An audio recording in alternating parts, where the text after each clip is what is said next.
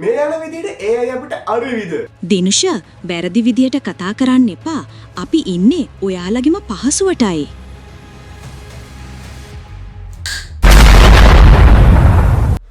ඉතින් යාළුවනේ මේ AI වලට අපෙන් කිසිදු උපදෙසක් නැතිවම වැඩ කරන්න පුළුවන් වෙන කාල සීමාවක තමයි මේ අපි ගමන් කරන්නේ. ඒ සම්බන්ධයෙන් අනුසරණ කරලා දෙන ගොඩක් මේ සම්බන්ධයෙන් වැඩ කරන ඉංජිනේර්ස්ලා. මේකට අපි කියනවා සුපර් ඉන්ටෙලිජන්ස් AI කියලා. ඉතින් මේකදී තනියෙන් ඒකට වැඩ කරන්න පුළුවන් ලෙවල් එකක් තමයි මෙතනදී සිද්ධ වෙන්නේ. ඉතින් මේ ගොඩක් සමාගම් වලින් මේක ඩෙවලොප් වෙනා මේ වෙද්දි අනුතුරුදායි පැත්ත තමයි අපේ ජොබ් හැම එකම මේකදී රීප්ලේස් වෙනවා. ඉතින් යාළුවනේ මේක නිකන් සයන්ස් ෆික්ෂන් වල තිබ්බ කතාවක් නන් නෙමෙයි. මේක මේ වෙද්දි ගොඩක් ඉංජිනේර්ස්ලා පවා පොඩ්කාස්ට් වලට කියලා කියනවා. මෙන්න මේ පොඩ්කාස්ට් බලන්න ඔයගොල්ලෝ අනිවාර්යයෙන්ම එතකොට ඔයගොල්ලන්ට පැහැදිලි වෙයි මම මේ කියන කතාවේ මොකද්ද තේරුම කියලා. මම හිතන්නේ මේක ලංකාවේ මේ හැරින සෙට් එක නම් රීප්ලේස් වෙයි කියලා. ඉතින් යාළුවනේ සයිබර් සිකියුරිටිස්ලා පවා AI ඉංජිනේර්ස්ලා පවා කියලා තියෙනවා මේ AI එකේ growth එක නවත්තන්න කටයුතු කරන්න කියලා. හැබැයි සමාගම් මේක කරයිද? මම හිතන්නේ කරයි කියලා. but anyway intelligence AI එක එනවා කියලා හින්දා ඔයාලට වැඩෙනකොට නම් ඉන්න එපා. ඔයාලා අනාගතේ හදාගන්න කටයුතු කරන්න. මොකද මේක ඩෙවලොප් වෙන්නේ නැද්ද කියන එක අපිට කියන්න බැරි කතන්දරයක්. අත්‍යවශ්‍යයි.